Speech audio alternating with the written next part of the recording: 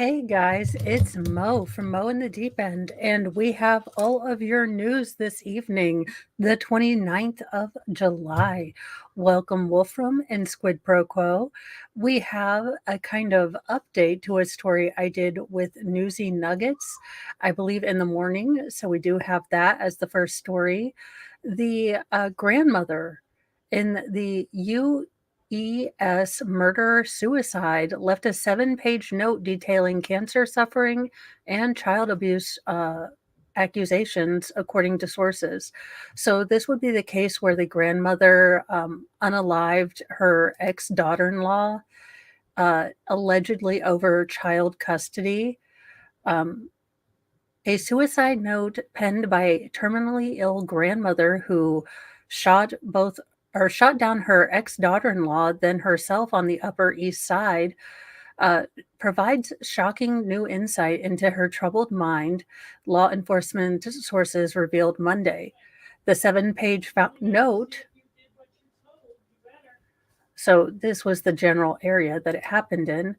The 7-page note found in Kathleen Lay's pocket after the horrifying, scene last week detailed her suffering from cancer and bad blood with victim Marissa Galloway, 45, whom she fatally shot twice in front of a baby, sources said. Lay, a 65-year-old, ranted that Galloway tried to alienate her 4-year-old daughter from Lay's son, the girl's father, sources said, describing the contents of the letter, which was scrawled with the words, "For police." She also wrote that no one believed her and her son's contention that Galloway abused the child, an accusation twice found to be unfounded by the city's child services investigators. The 4-year-old girl was the subject of a long running and bitter custody dispute between Galloway, a special education teacher, and Lay's son that included accusations of abuse on both sides. Lay had frequently complained to neighbors on East 79th Street, where she lived the last 3 years with her son, that Galloway abused the child. Upon beyond being unsupported by the two administration for child services investigations, the accusations didn't square with the portrait from friends and neighbors of Galloway as a loving, doting mother, bedeviled by a tumultuous past relationship with her ex. The girl is now in Lay's son's custody as the NYPD continues to investigate the, self-deletion and unaliving, sources said. She also she was also with her dad when her grandmother unalived Galloway along the tree side lined streets just a half a block away from the Gracie mansion just before 9 a.m. on Friday. Just absolutely insane. I mean, be the bigger person, love the child more than you hate someone else. I don't know why people find that so difficult to do. Police believe Lay, a retired probation officer from Chicago, acted alone in the unaliving and have no evidence that her son knew anything about his mother's plan. A child's natural father generally obtains custody based on the best interest of the child under New York law unless authorities have a basis for concern for the child. I know, I know. Galloway's other child, a 1-year-old whose father was a sperm donor, according to sources, was in a nearby car when Lay was shot twice, or when Lay shot Galloway twice, moments after the mom of two had loaded the baby into the parked white Honda Civic, police said. The girl is now with her maternal grandparents, Galloway's parents in New Jersey, sources said. Galloway's brother answered the door at the family's home Sunday as his parents sat behind him. He told a reporter, "We don't have any comment," in a polite but sad tone before shutting the door. The Post could not reach Lay's son for comment. His attorney did not return repeated requests for comments. So this does look like a grandma going absolutely, um, well, Avenger mode, but it seems that this was not substantiated abuse on either side. So this just looks like a grandma who lost her tether on both reality and being the bigger person. But that's the update that we have, and I did want to get that out there to you guys. Uh, in bigger news, well, Maduro is claiming that he won Venezuela's election, but the opposition claims they won too. So, really, we don't know who won in Venezuela's election. Doubts cloud Venezuelans' election results as both Maduro and the opposition declare victory. Maduro is a greasy, corpulent man who has gained weight as his entire nation has literally started to starve to the point of leaving the country. But apparently, he alleges he won. Concerns over the legitimacy of Venezuela's presidential election persist as its entrenched president and the country's opposition both claim victory on Monday, prompting foreign nationals, including the United States, to hold off recognizing the results. Election officials declared that President Nicolas Maduro was the winner over the opposition candidate, Edmundo Gonzalez. Now, this would be like not shifty at all if all of the polls hadn't shown Maduro to be as favorable as cat herpes. Uh, and he is not. He is not favorable in his own country. All the polls showed him, supposedly going to lose in a landslide. And all of a sudden, he has a bunch of papers.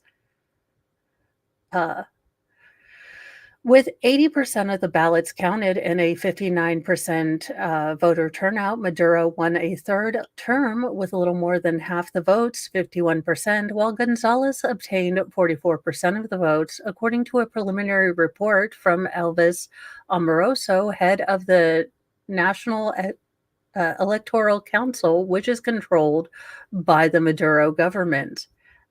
Nothing could go wrong there. These results were announced as election officials delayed release of detailed vote tallies from 30,000 voting booths nationwide, a process crucial to the accurate verification of votes. Reports of widespread voter intimidation, irregularities at voting centers, and election fraud allegations are also prevalent on the day of this election.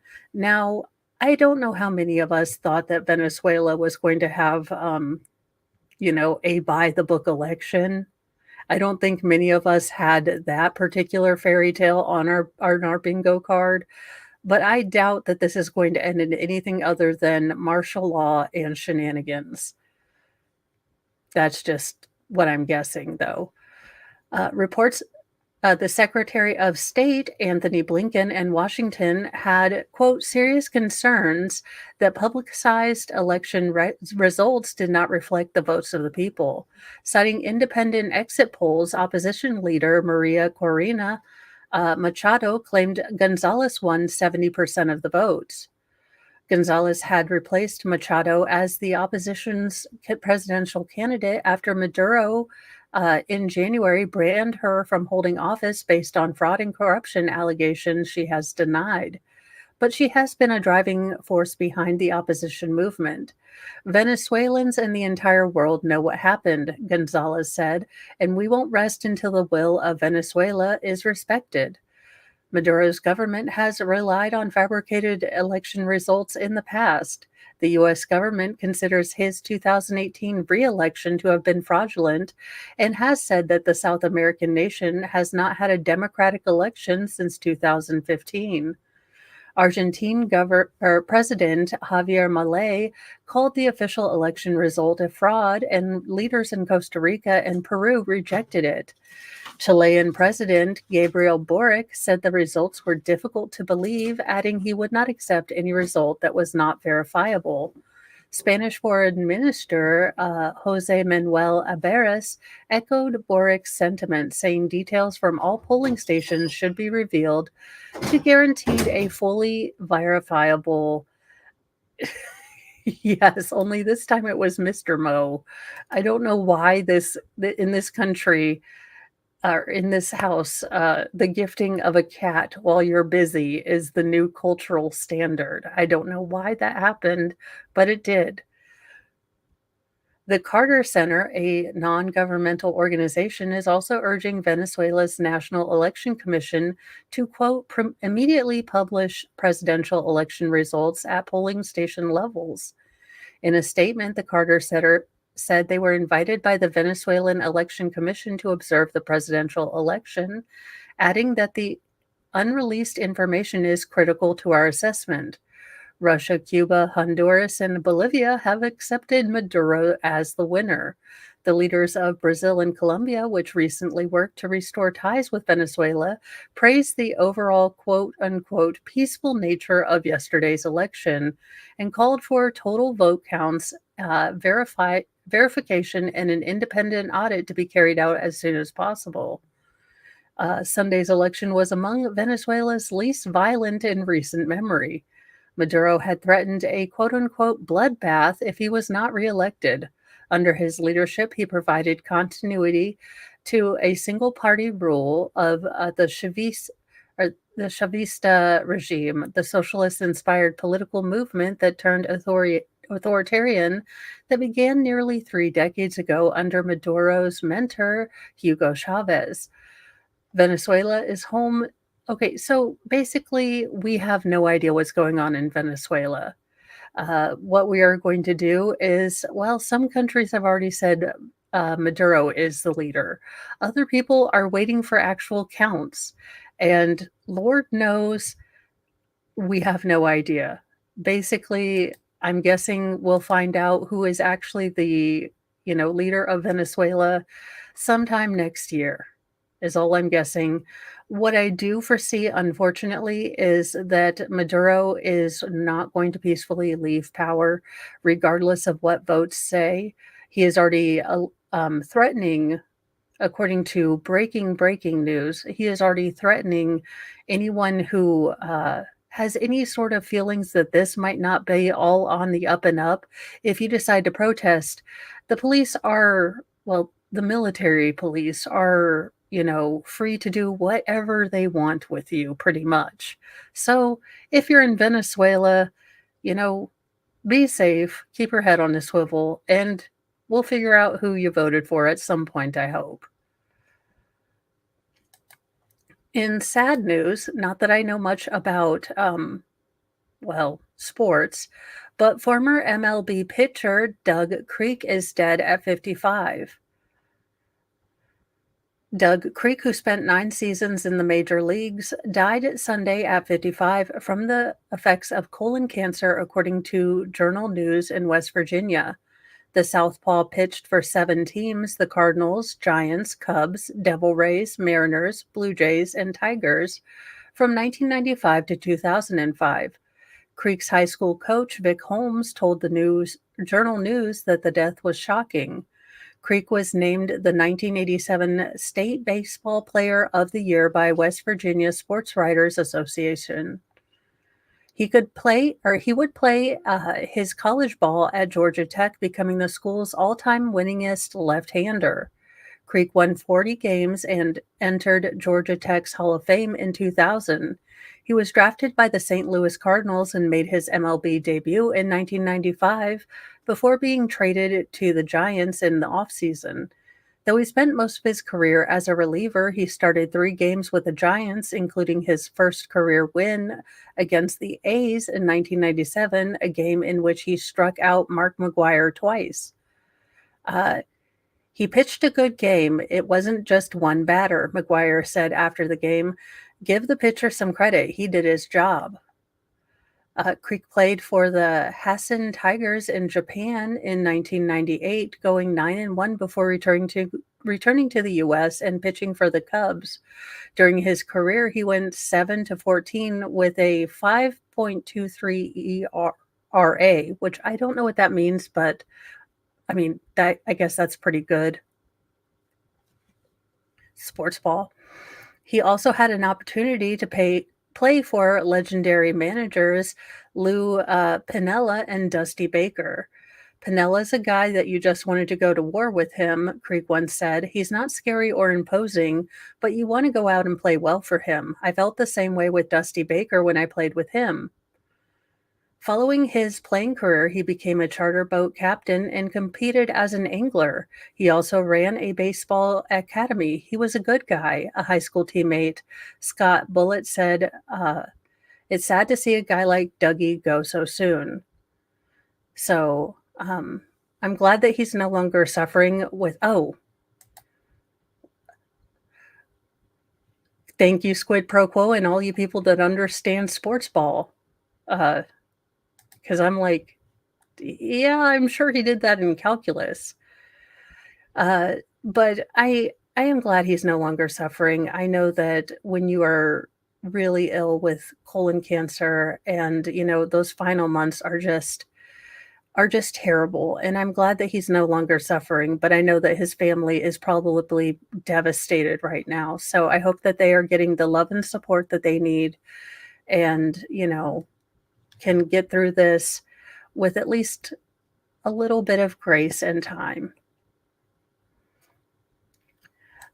In other sad news, 3 members of a family gospel group, the Nealons, were killed on a plane crash.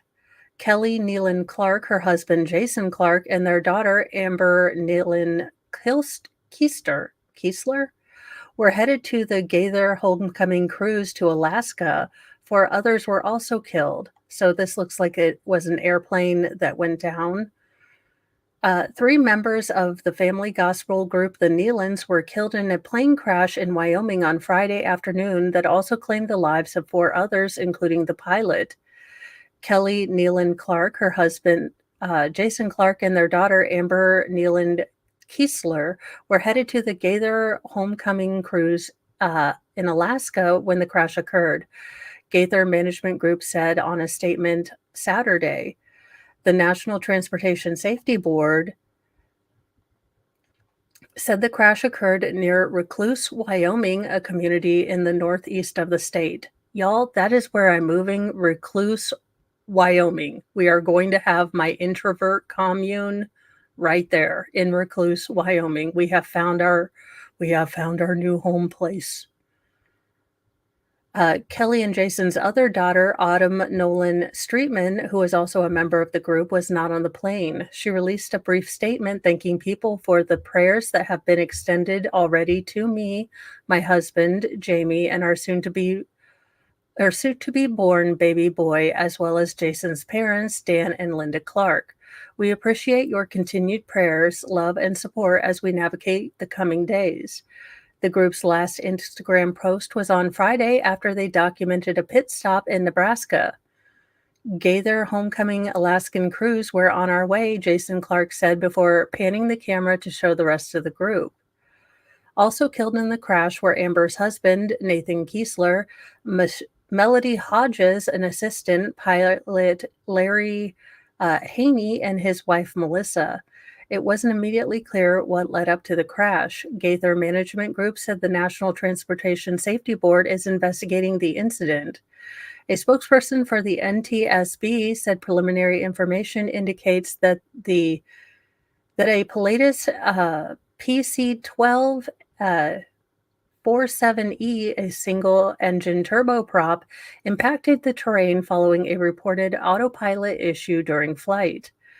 A spokesperson said the investigation is still in early stages and much information is available at this time.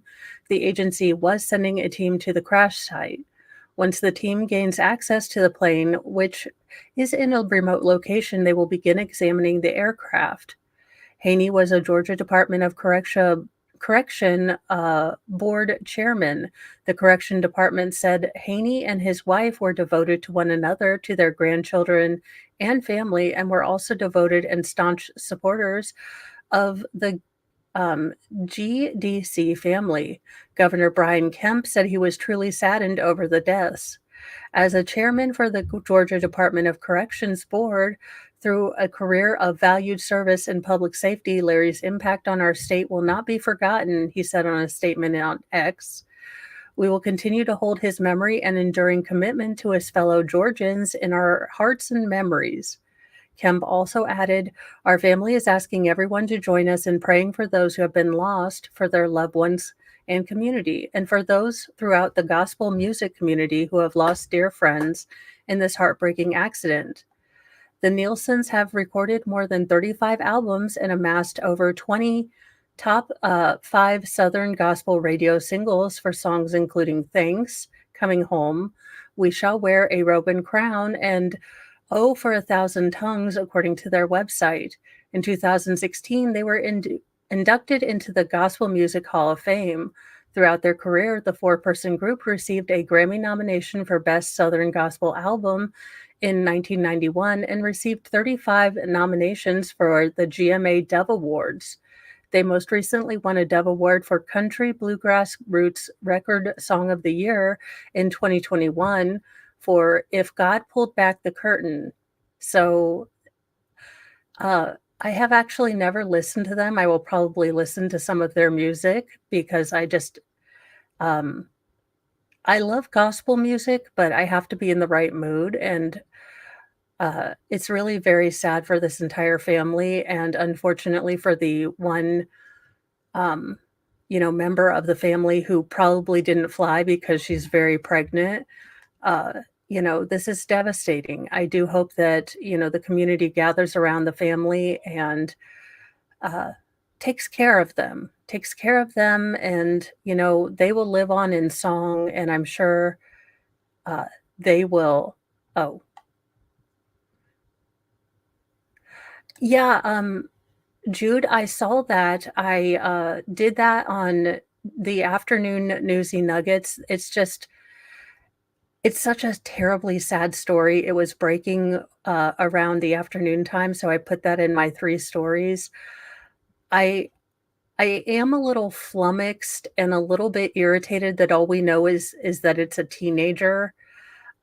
I'm beginning to feel that sinking, feeling that when we look at who this gentleman is who went into that dance club, who or to that dance class in England, we're going to find out that he was not originally from there, that he had just received asylum, and I'm going to be irritated.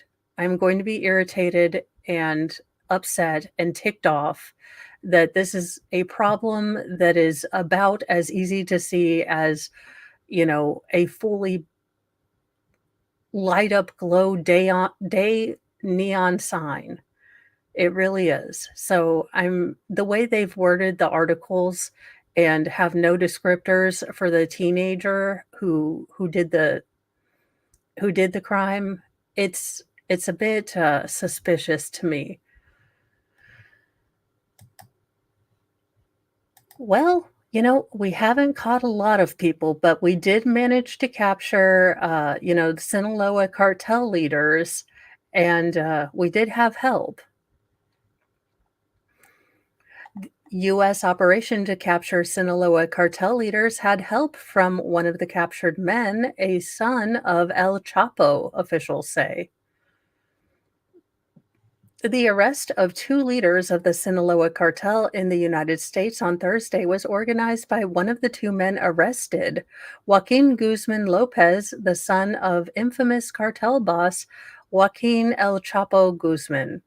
Guzman Lopez organized his arrest along with that of Ismael Elmeo Zambada, 76, who co-founded the cartel with El Chapo by luring Zambala on a flight to examine a piece of land he thought was in Mexico. An official familiar with the operation told CNN. Interesting. Instead, the plane landed in El Paso, Texas, where federal agents, including from Homeland Security, arrested the 2 cartel bosses. Zimbabwe didn't know that U.S. investigators had exploited a rift in the cartel, and Guzman Lopez was helping with Zambada's capture, officials said. FBI agents arrested both men in one of the biggest victories for U.S. law enforcement against the cartels. The cartel, one of the world's most powerful narcotics trafficking organizations, is thought to be responsible for trafficking vast amounts of Colombian nose powder, the Big H, crystal, and fentanyl into the U.S. Uh, DEA Administrator Ann Milgram said that the arrests strike at the heart of the cartel that is responsible for a majority of drugs, including fentanyl, crystal, and other things, passing over the border and unaliving Americans from coast to coast. Good evening, Roy. Experts have told CNN a power struggle existed between Zambada and El Chapo's sons, known as the Chapitos, had existed for some time in the cartel. With Zapata gone, violence inside the cartel and other criminal organizations in Mexico is set to ramp up. Agents from Homeland Security, who have been working the case since earlier this year when Attorney General Merrick Garland announced charges against El Chapo's three sons, were skeptical when Guzman Lopez first made the offer. The entire operation, a source told CNN, went off surprisingly smoothly given the gravity of the arrests and the disruption it could cause to the Mexican drug trafficking market. Zambada entered a not guilty plea to all charges at his first federal court appearance Friday morning in El Paso and is being held without bond on seven federal criminal counts, including continuing criminal enterprise and money laundering. He also agreed to waive his right to personally appear and asked for a bond at a hearing set for July 31st. Guzman Lopez, 38, was flown from El Paso via an FBI jet used for extradition operations and arrived near Chicago early Friday. A law enforcement source familiar with the investigation said. He's currently being held in a Chicago federal prison, according to Federal Bureau of Prisons inmate locator, and is scheduled to make his first court appearance Tuesday morning. His attorney, Jeffrey Lichtman, told CNN in an email Saturday. His father is serving a life sentence in a U.S. prison after he was convicted 5 years ago on multiple charges. Both Zambada's attorneys, Zambadi's attorney told the LA Times that his client did not voluntarily surrender to law enforcement. He told the paper Zambada was brought against his will. The Mexican president, Andre Manuel Lopez Obrador, on Friday said that U.S. government must give a full report on the investigations and operations that led to the arrest. There has to be transparency, he said during his daily news conference. AMLO, as the president is known, said the arrests show the important progress in the battle against drug trafficking. He added, however, the arrests are not everything, adding the U.S. must do more in solving the drug consumption problem by addressing the causes. Sure, okay, well, how about we just stop sending it over the border? Mexican officials were informed of the arrest during a phone call from the U.S. Embassy in Mexico Thursday afternoon.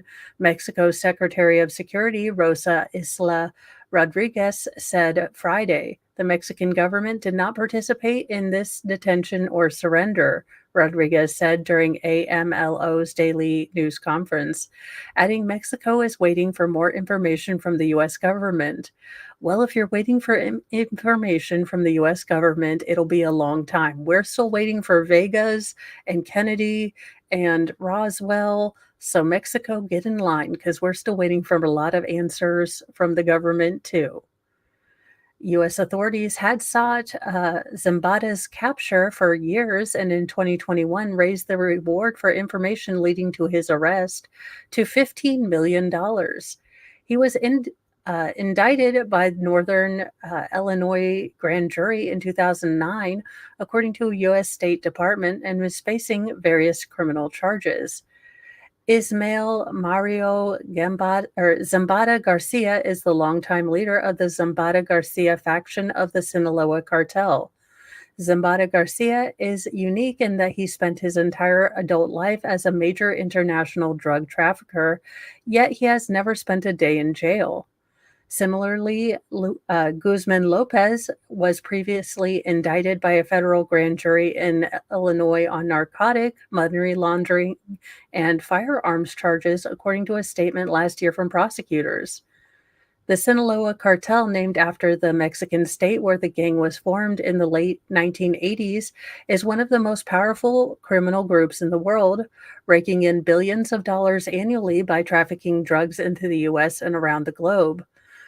Notorious cartel boss Guzman, better known as El Chapo, was arrested in Guatemala in 1993 on homicide and drug charges and extradited to Mexico, but he escaped a Mexican prison in 2001, reportedly by bribing prison guards to smuggle him out in a laundry truck.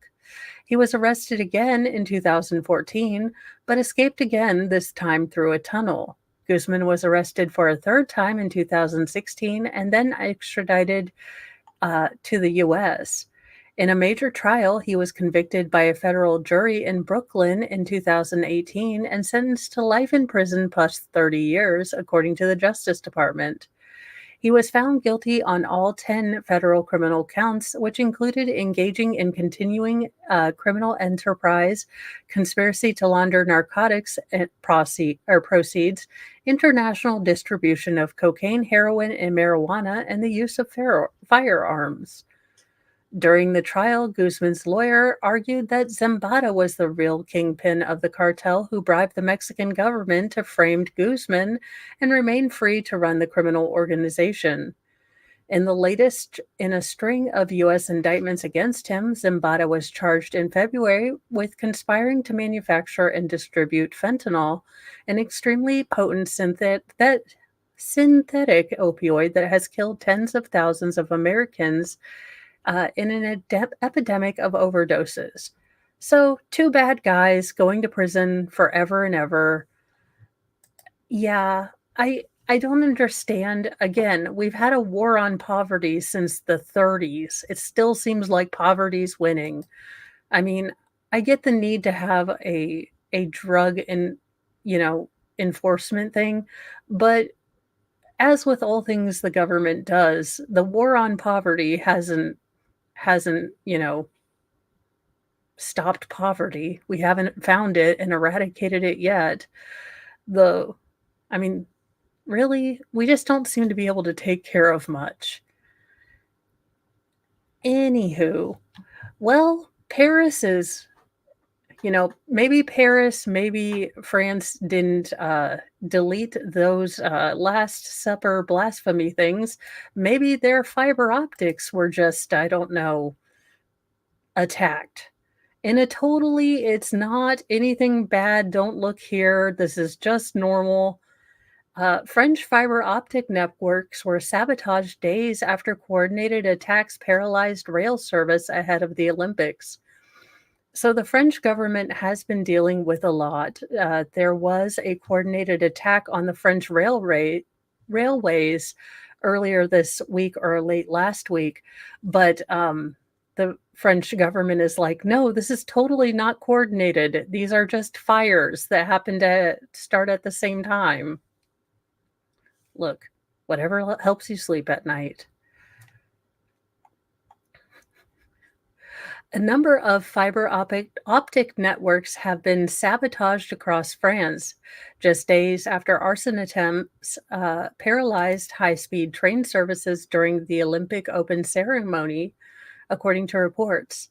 Cables for several telecom operations were purposely cut in 6 areas of France earlier Monday, police told the French outlet Agence France Presse. However, Paris has not been affected by the sabotage. Well, isn't that good? The cables in the electrical cabinets belonging to operators SFR and bougies, had been cut in southern France, and installations in the Messius region near Luxembourg and Oise near Paris had been vandalized, according to a French paper, La Parisienne. The vandalism is mainly affecting fixed line services and not mobile devices. There has so far been no claim of responsibility for the recent attack on the country's infrastructure. The incident comes just 3 days after a quote unquote coordinated attack crippled high speed trains on three major lines connecting Paris with Lille, Bordeaux, and Strasbourg. A fourth attack on the Paris Marseille line was foiled by night shift workers. The high speed train disruption ruined travel for at least 250,000 passengers on Friday, including those coming from other parts of Europe, such as the UK, on Eurostar. French Prime Minister Gabriel Attal said French intelligence services have been mobilized to find perpetrators of the acts of sabotage, which he described as prepared and coordinated. They had a quote clear objective blocking the high speed train network ahead of the opening ceremony. English is good. I can't do it apparently tonight. Playing games or playing against the games is playing against France, against your own camp, against your own company or country, Sports Ministry Emile Udwel Castera said of the attacks. Interior Minister Gerard Demarnin added on Monday that several people have been identified as being part of the train sabotage and are suspected to be linked to far left French anarchists. You know, French anarchists would probably be the scariest anarchists. Attacks on high speed train lines were deliberate, very precise, and extremely well targeted. I mean, I don't know if an anarchist can be both deliberate, precise, and well targeted. Are these like organized anarchist? I don't know. This is the traditional type of action for the ultra left. While Demarin believes that the group was involved with far left radicals, he said he must be cautious before naming any suspects. These are people who may be close to this movement. He added the government is still investigating whether they were manipulated or acted on their own benefit. Well, I don't know, but seems like they got the trains to not run, and I would be careful if I called it far left without knowing who's involved, but okay. Looks like Hannah Gutierrez Reed is going to score a major legal win. Now, my guess is that because of Alec Baldwin's trial ending the way it did, she might actually try for a mistrial because of this bullet evidence coming out in Alec Baldwin's case. Rust armorer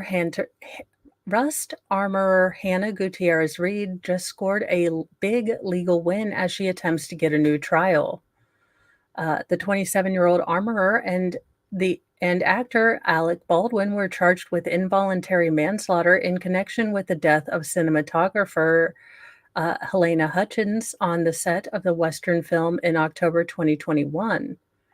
In March, Hannah Gutierrez Reed was found guilty and sentenced to the state maximum of 18 months behind bars. Although her legal team has filed an appeal, Alec Baldwin's trial has put a new twist on the case.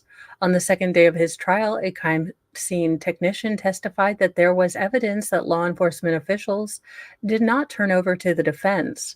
In a shocking twist, it turns out that lead prosecutor Carrie Morrissey also knew about the evidence that had been involved in a discussion to file the ammunition under a different case number separate from other Rust evidence.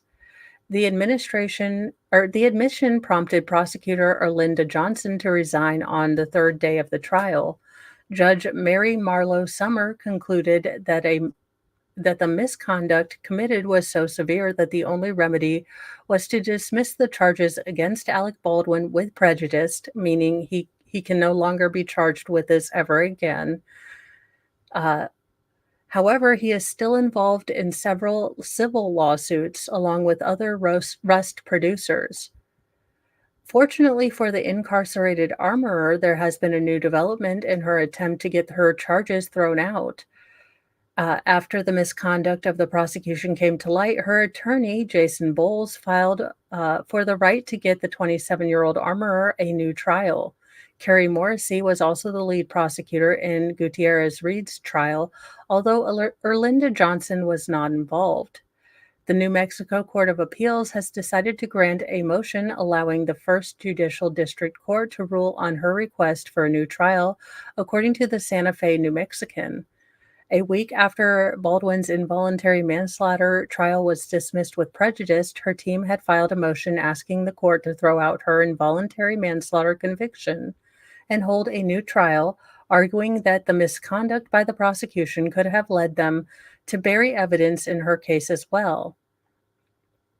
So I will say that I think, sadly, this is probably what is going to happen. I do believe that Hannah Gutierrez Reed was exceptionally, exceptionally negligent and bad at her job.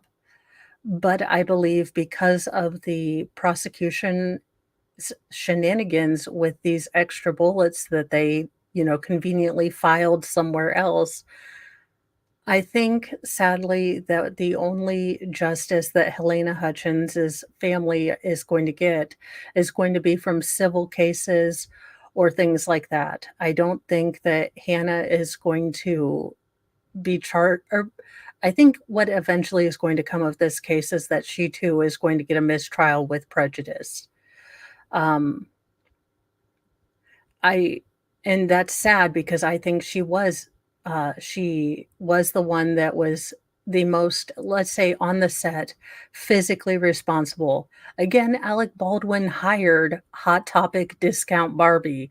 So if I see this woman and I don't know for a fact that she knows firearms inside, outside, and, with her eyes closed, she looks like discount Hot Topic Barbie.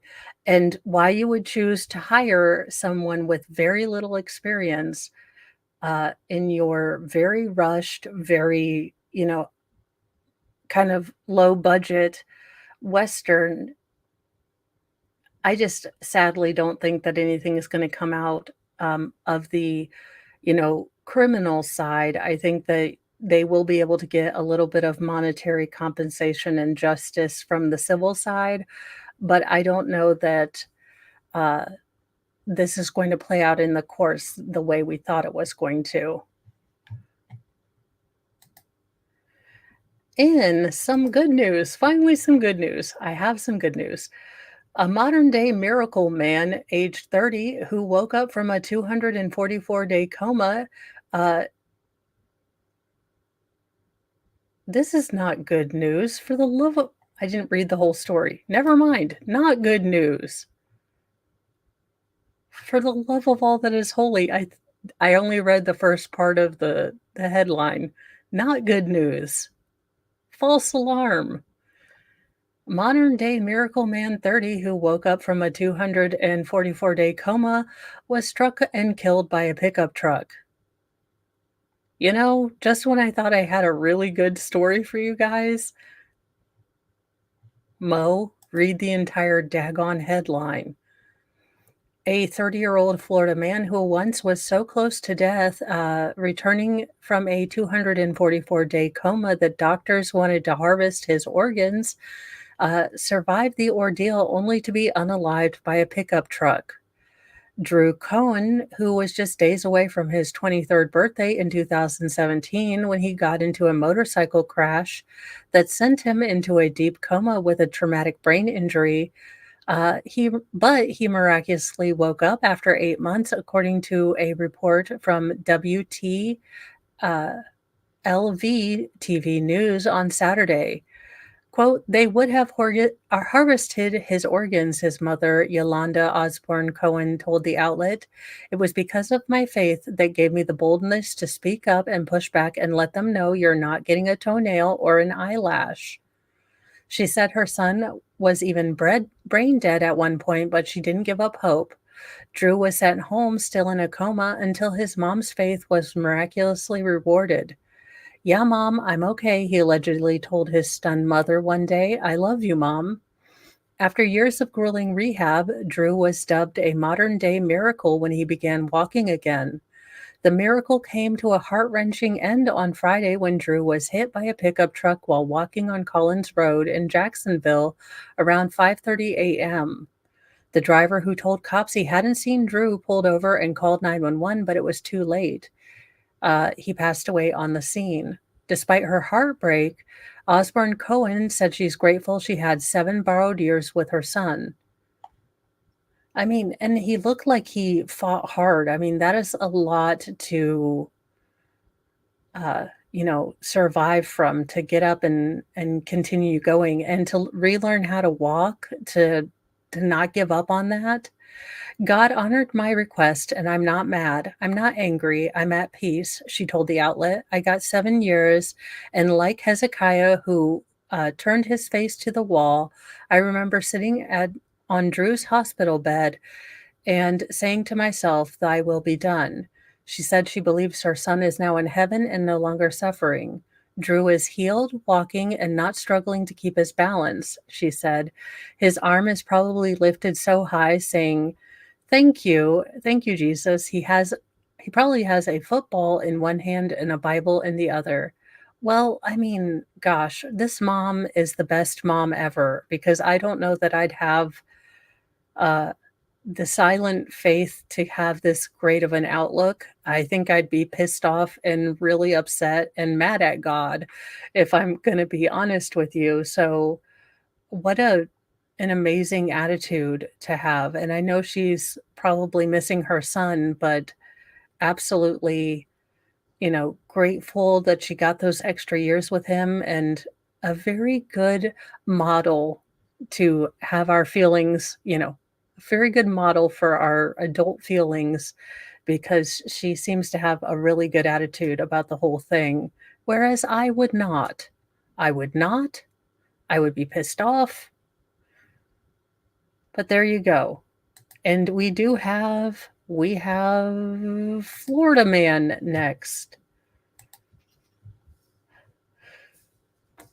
Hijinks and hilarity from Florida as always. An escaped Florida felon who allegedly faked an injury screams in agony as a canine drags him from his hiding spot in the woods. Well, you know, nothing says hiding in the woods and getting dragged out by a canine like a neck tattoo and high eyes.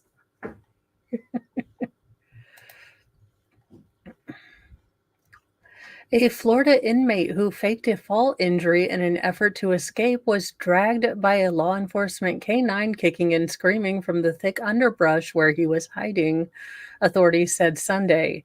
Anthony Romaine, 29, was found Saturday in a wooded area by a gas station in Flagler County after being tracked by a Flagler County Sheriff's canine team.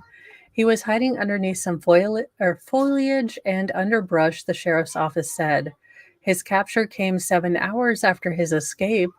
Video footage of the arrest shows the canine dragging Romy, who is screaming in pain. Well, you kind of feel not so bad for him. The footage appears to show the dog dragging him by his arm. Get him, please, he's heard pleading to the deputies who kept warning Romy to stop biting my dog. Did he bite the dog back? Are you freaking kidding me? All right, I'll go, he says. At one point, he appears to be crying when a deputy says, You thought you were going to get away? During his brief escape, authorities received multiple calls on possible sightings of this giant, Floridiot. He was initially arrested on July 3rd on a felony warrant for petty theft, violation of his pretrial release, and counterfeiting. He was in jail when he claimed he fell before being taken to the hospital for treatment, the sheriff's office said. Investigators later determined he faked his injury in an effort to escape and return to Ohio, where he's originally from. We worked until we got him. I commend our team for staying on his trail and the community for saying something until this dirtbag was captured, said Flagler County Sheriff Rick Stalley. All he accomplished was an additional arrest to his list of crimes, and he got bitten by our canine, who gets special treats for taking a bite out of crime when he tried to flee again. Unfortunately, no one was hurt except this dirtbag who was crying after he was caught by our canine. After his capture, felony escape was added to the list of charges against, this gentleman, as well as battery on a law enforcement officer without violence. An investigation will be open to determine how the deputy assigned to Romy became distracted, which led to the escape. Well, look, he was on level 173 of Candy Crush, and he was like, "Sir, I will get you through this. I got you." And then all of a suddenly he was gone. I mean, that's how I imagined it happened, but I could be wrong. I didn't have someone in Brooklyn driving backwards on FDR Drive, but apparently this is something that you can see on New York City today. A Brooklyn motorist caught driving backwards on FDR Drive in wild moment. This is this is the bizarre moment a vehicle was seen driving backwards on a busy highway. Video captured on July 10th shows a red car shooting past vehicles on FDR Drive in Manhattan, New York City. Victoria Metzinger, 29, an emergency medical technician, was on her way to a call when she spotted the car. What in the world is going on here? I mean, this car, I guess if you're really good at driving backwards. She said, "I was in disbelief when I saw it. I couldn't stay or keep up for long because we were on our way to a call, so I didn't report it to the police." Motorist Maria Carlo, 35, saw the same red car as it sped past her vehicle on the left side. Carlo, a writer, said, "I was speechless when I saw the car." Would you stop with the gifting of a cat for reasons? Let's see here. So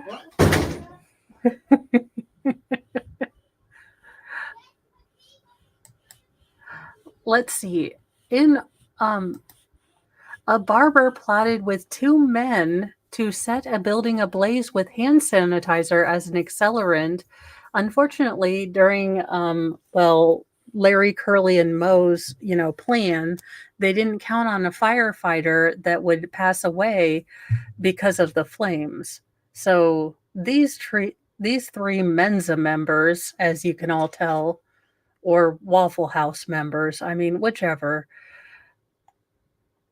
A Chicago barbershop owner was the mastermind behind a plot to burn down his own building, which led to the death of a firefighter, officials say. Yes, hand sanitizer. You would think just booze or gasoline, but hand sanitizer. Anthony Moore, 47, is facing wire fraud, insurance fraud, and forgery charges in the April 2023 fire. The men who allegedly set the fire, 37-year-old Nicholas Virgil and 22-year-old Martez Chrysler, are facing murder and arson charges, according to Chicago Police Department. They're accused of killing Chicago firefighter Jermaine Pelt. Prosecutors told local ABC affiliate WLS that Moore bought a building on the 1200 block of West Wallace Street on the city's south side. He allegedly took out an insurance policy, lied that the building was occupied, and had Virgil and Chrysler burn it down, the outlet reported. Moore could face additional charges if investigators can prove a conspiracy between him and the other two men to collect the insurance money, the Chicago Sun-Times reported. NBC affiliate WMAQ reported that the fire started around 3:30 a.m. April 4th, 2023. Pelt was knocking down the fire with a hose inside a neighboring building when conditions quickly deteriorated and crews were ordered outside. But just as the order went out, Pell went down. Firefighters quickly rescued him and rushed him to the hospital, but he had passed away due to carbon monoxide toxicity due to the inhalation of smoke and soot, Cook County Medical Examiner's Office told MAQ. Prosecutors revealed in court that Moore bought the building in 2021 and then took out a $400,000 insurance policy on the building. He claimed to the insurance company that he had rented the building out, but it was uninhabitable, prosecutors said, according to the Sun-Times. Investigators later learned that the perpetrators used hand sanitizer as an accelerant, the outlet reported. Detectives allegedly found two empty 2-liter bottles behind Moore's barbershop. Cell phone data reportedly shows that Moore was in frequent contact with the two alleged arsonists on the night of the fire. Surveillance cameras also captured Virgil and Chrysler's cars in the area. Our hope is that the charging of these offenders brings a small measure of closure to his family, Chicago police said in a statement. Pelt, 49, had been with the department since 2005. He was a father of two who had just walked his daughter down the aisle for her wedding. Possibly. And of course it was money. In our final story, well, if you have a good, $175,000 or more, you may be able to buy that famous Carrie Fisher Star Wars gold bikini that was auctioned for $175,000. So you'd have to buy it for more.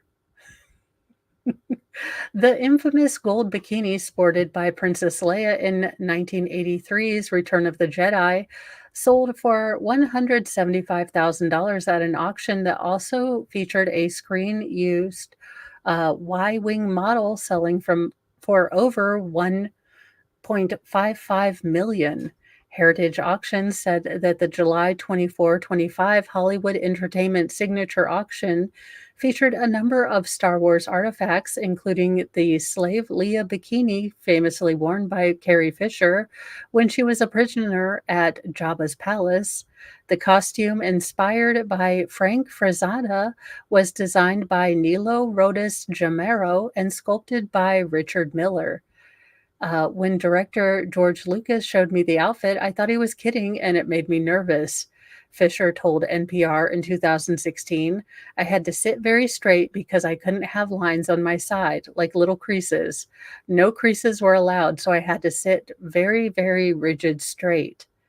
The auction also included a Y-wing model that was used on screen during the final battle of 1977's Star Wars Episode 4, A New Hope. The model, made by Colin Cantwell, was dubbed the TIE Killer because it had a TIE fighter painted on its nose.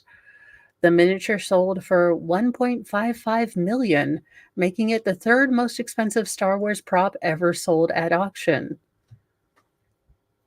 Well, I mean, as soon as I get my goal weight, I am totally cosplaying Princess Leia. So, yes, that's exactly what I'm going to do. That's why I did 3 miles today. I was like, I must get into that Leia costume, 'cause, Any hoozle, I hope you guys are having a great day. I am working on getting newsy nuggets and breaking news out to you guys during the day, and then some political stories over on Politically Mo. And then I will be doing an update on Fluffy to Fit tomorrow because I am realizing that there are simply more hours or less hours in the day and more videos I want to do. So I am trying to get better at scheduling those, but those are my goals for this week. I hope you have a lovely evening. And I am not sending you off to anyone, but I think Shizzy might have a stream somewhere. I am not quite sure. But you are free to go wherever your little hearts desire, and I will see you guys in the morning. Please like, subscribe, do all of the YouTube-y stuff, and I will see you in bright and early in the morning for more crazy news. Bye, guys.